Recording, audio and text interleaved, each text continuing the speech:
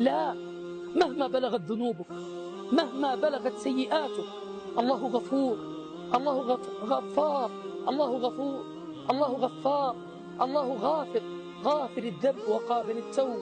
يقول جل وعلا ويناديك يا عبد، يا عبدا مملوكا لله جل جلاله، يناديك الله فيقول قل يا عبادي الذين أسرفوا على أنفسهم لا تقنطوا من رحمة الله إن الله يغفر الذنوب جميعا إنه هو الغفور الرحيم.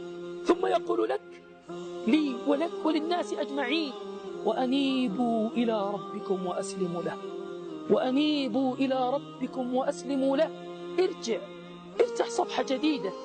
لا تظن أنك إذا تبت أنك لا ترجع إلى المعاصي أبدا. تب وستخطئ، ثم ارجع وتب وستخطئ، ثم ارجع وتب وستخطئ. إن الجنة للأوابين، والأواب هو الذي كلما أخطأ رجع وتاب وأناب. يقول الله جل وعلا وأزلفت الجنة للمتقين غير بعيد. هذا ما توعدون لكل أواب، لكل أواب حفيظ، من خشي الرحمن بالغيب وجاء بقلب منيب.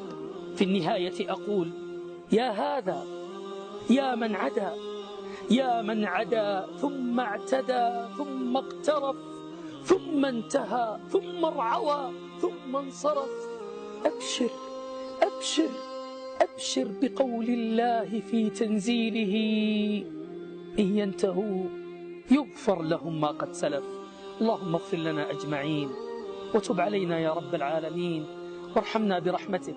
اللهم من يرى هذا المقطع ومن ساهم فيه ومن أعان على نشره، اللهم فاغفر له ذنوبه كبيرها وصغيرها، جلها ودقها، عظيمها ودقيقها يا رب العالمين.